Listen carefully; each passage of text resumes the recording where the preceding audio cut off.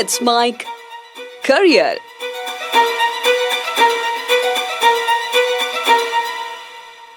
NTA ने CUET UG की answer key जारी की, 20 जून तक दर्ज करा सकते हैं आपत्ति। एसएससी एग्जाम में पेपर लीक से बचने के लिए पहली बार होगा आर्टिफिशियल इंटेलिजेंस का इस्तेमाल। अब परीक्षा से 15 मिनट पहले ही तैयार होंगे पेपर।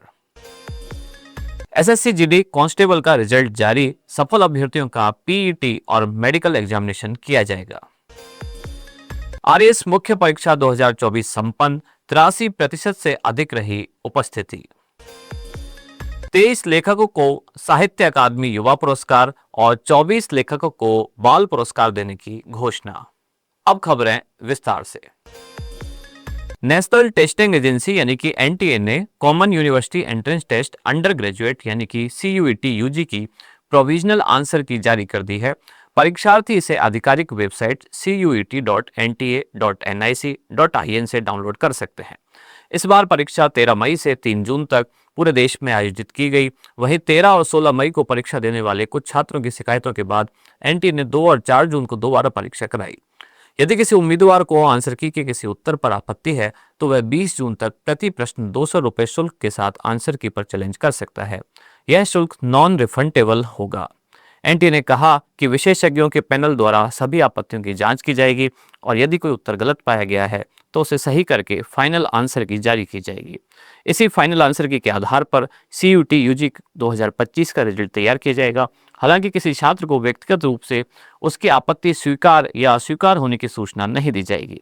सीयूटी की परीक्षा देश भर के केंद्रीय विश्वविद्यालयों और अन्य भागीदारी संस्थानों में स्नातक कोर्सों में एडमिशन के लिए आयोजित होने वाली राष्ट्रीय स्तर की प्रवेश परीक्षा है। गौरतलब है कि इस साल सीयूटी यूजी की परीक्षा में शामिल होने के लिए करीब 13,54,000 उम्मीदवारों ने फॉर्म भरा और जल्द ही इसके परिणाम जारी होंगे। स्टाफ सिलेक्शन कमीशन यानी कि एसएससी ने पेपर लीक रोकने के लिए आर्टिफिशियल इंटेलिजेंस की मदद लेना शुरू कर दिया है। अब एसएससी की सभी परीक्षाओं में क्वेश्चन पेपर एआई की मदद से तैयार किए जाएंगे। एसएससी अब इस टूल का इस्तेमाल केंद्र सरकार की डिपार्टमेंटल परीक्षाओं में कर रहा है। नई तकनीक में पेपर परीक्षा से ठीक 15 मिनट पहले तैयार होगा। इसके लिए एसएससी के पास पहले से तय क्वेश्चन बैंक है जिसमें से एआई खुद सवाल चुनेगा। इससे ना कोई सवाल दोहराया जाएगा और ना ही कोई मैनुअल गड़बड़ी होगा। यह पूरा प्रोसेस रियल टाइम में होगा। इसका मतलब परीक्षा शुरू होने से पहले किसी को यह नहीं पता होगा कि पेपर में कौन से सवाल आने वाले हैं। इससे पेपर लीक की कोई गुंजाइश नहीं बचेगी।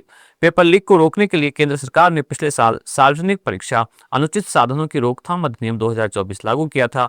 यह जून 2024 से लागू हुआ है। इस कानून के तहत पेपर लीक या गड़बड़ी करने वालों पर सख्त सजा का प्रावधान है। एसएससी जीडी कांस्टेबल के रिजल्ट जारी हो गए हैं। इसमें करीब 3,90,000 उम्मीदवारों ने परीक्षा क्वालिफाई की है। अब वे पीईटी या पीएचडी, मेडिकल टेस्ट और डॉक्यूमेंट वेरिफिकेशन में शामिल होंगे।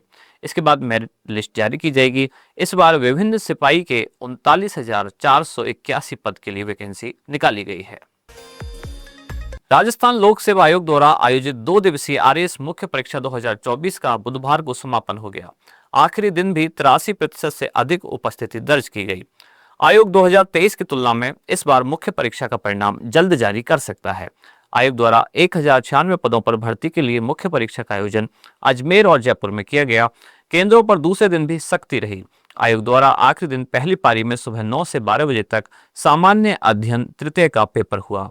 इसके लिए 21,541 में से 17,990 अभ्यर्थी परीक्षा देने पहुंचे। कुल 83.52% उपस्थिति रही।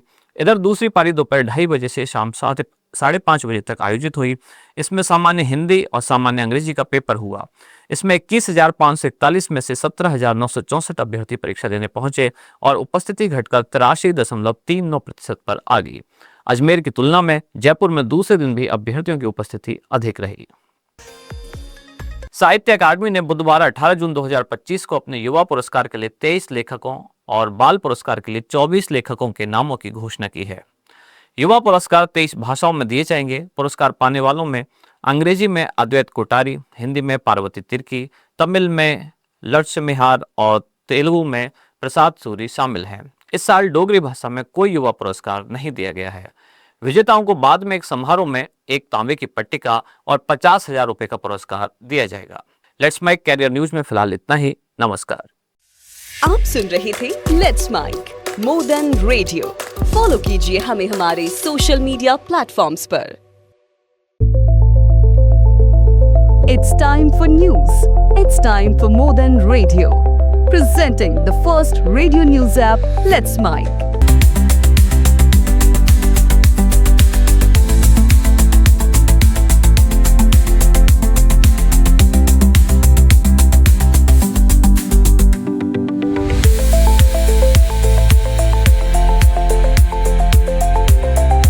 Let's Mic is not just a revolutionary idea. Download the app now from Play Store. Available both on Android and iOS mobile phones. Follow us on YouTube, Instagram, Twitter, LinkedIn, Facebook, Telegram, WhatsApp, Snapchat. Let's talk, let's connect, and let's mic.